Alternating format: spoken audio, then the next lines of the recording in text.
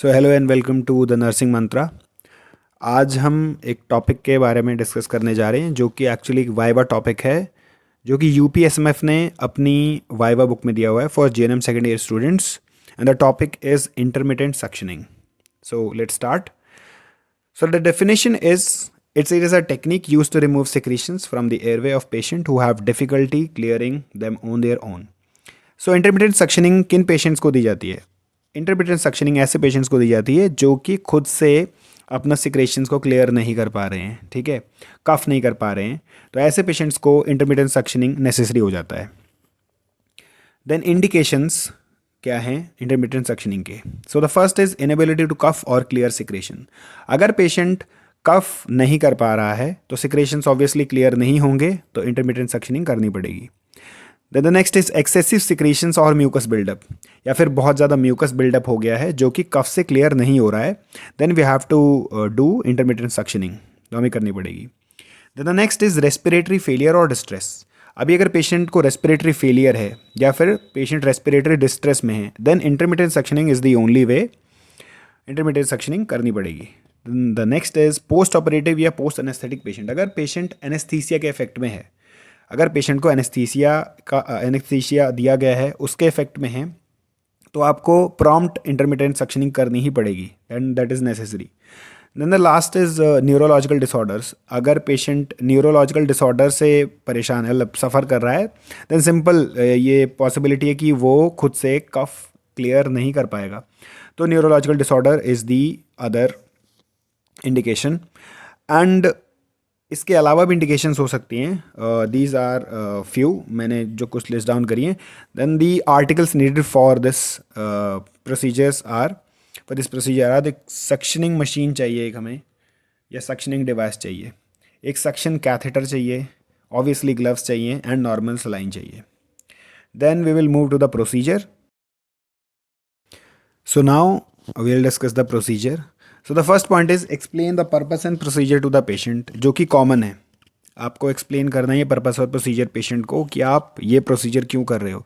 Then patient का consent लेना है कि वेदर और not he wants to cooperate with the procedure और नॉट, मतलब कंसेंट लेना है पेशेंट से. देन पेशेंट को अपराइट पोजीशन प्रोवाइड करानी है ताकि मूवमेंट ऑफ सिक्रेशंस ईजिली हो सके, या फिर म्यूकस बिल्डअप है तो ईजिली हो सके. देन आपको एसेप्टिक टेक्निक यूज़ करनी है, मीन्स आपको ग्लव्स पहनने हैं और पेशेंट को प्राइवेसी प्रोवाइड करानी है. देन आपको मेक श्योर करना है कि कोई भी क्रॉस इन्फेक्शन ना हो पाए पेशेंट को. The next point is suction according to the patient need. ठीक है, जैसा पेशेंट को नीड हो उसके अकॉर्डिंग आपको सक्शनिंग करनी है. प्रॉम्प्ट सक्शनिंग हमेशा ज़रूरी नहीं है. आप बार बार पेशेंट को सक्शनिंग अगर कर रहे हो तो patient may be irritated feel करेगा, सो दैट्स वाई आपको नीड के अकॉर्डिंग करनी है. Next point is insert suction catheter into airway. Suction catheter को एयरवे में इंसर्ट करना है. Then apply suction for 5 to 10 seconds while rotating the catheter. Catheter को रोटेट भी करना है, रोटेटरी मोशन भी रखना है, एंड 5 to 10 सेकेंड्स के लिए आपको सक्शन अप्लाई करना है. उसके बाद आपको कैथेटर विड्रॉ कर लेना है. Then release suction and withdraw catheter.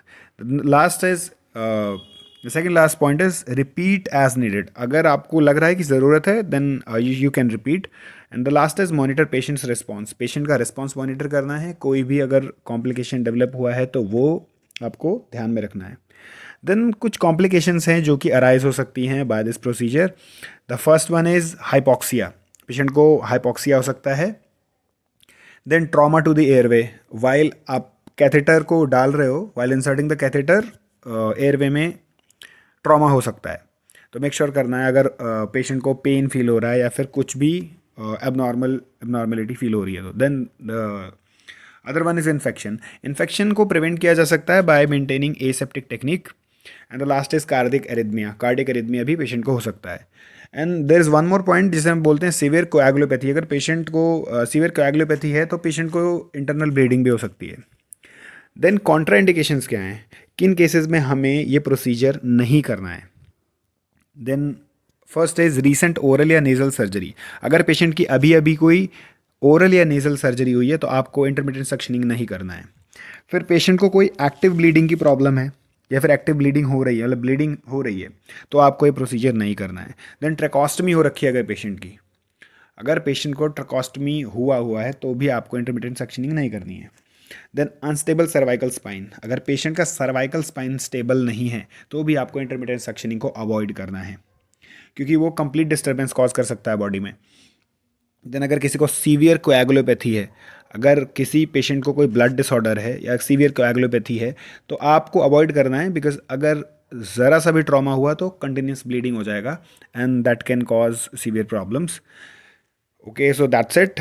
ये वाइवा का इतना छोटा सा टॉपिक है। And if you like this video please subscribe my channel and you'll get notified whenever I upload other videos। मैं सारे वाइवा के टॉपिक कवर करने वाला हूँ, so make sure to subscribe.